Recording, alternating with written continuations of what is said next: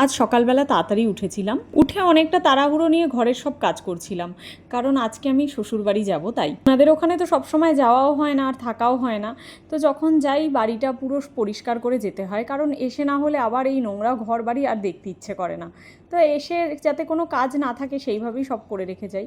সকাল সকাল উঠে স্নান করে নিয়েছিলাম, আর স্নান করেই আমি চলে গেছিলাম রান্নাঘরে গিয়ে একটু চা করছিলাম। আমার শ্বশুরের চোখ অপারেশনের পরে তো উনি এখানে বেশ কয়েকদিন ছিল। তারপরে যেহেতু ওনারা বাড়ি চলে গেছিলেন, আর আমরা তারপরে কাজের জন্য আর যেতে পারিনি। এখন যাচ্ছিলাম একদিন ছুটি নিয়ে, যাতে ওনাদের সাথে কিছুটা সময় থাকতে পারি, তাহলে ওনাদেরও একটু বেশ ভালো লাগবে। আর যেহেতু সকালবেলা উঠে তাড়াতাড়ি রান্না করতে হতো, ওই কারণে আমি কালকে ভেবেই রেখেছিলাম যে আজকে সকালে উঠে রান্নাটা কী করব। আজকে সেই প্রিপারেশানই করছিলাম। রাত্রেবেলা মোটামুটি কিছুটা এগিয়ে রেখেছিলাম, না হলে এত সকালে না উঠে সেরকমভাবে কিছু করে উঠতে পারি না। যেহেতু তাড়াতাড়ি উঠেছি, সময়ও ছিল, ওই কারণেই আমি আর আমার হাজব্যান্ড বসে চা খাচ্ছিলাম। চাটা আমরা রোজ খেতে পারি না, কারণ সময় থাকে না।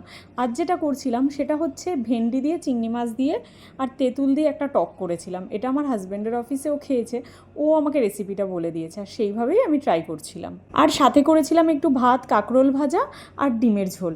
রান্না সব কমপ্লিট করার পরে আমি গাছগুলো সব বাইরে থেকে তুলে রাখছিলাম। আমার হাজব্যান্ড হেল্প করে দিচ্ছিল, কারণ গাছগুলো যদি না তুলে রাখি, বাইরে এত রোদের তাপ, গাছ সব নষ্ট হয়ে যেত। তো আজকে এইভাবেই আমার সারা দিনটা কাটলো। তোমরা জানিও তোমাদের দিনটা কিভাবে শুরু করলে। চলো টাটা।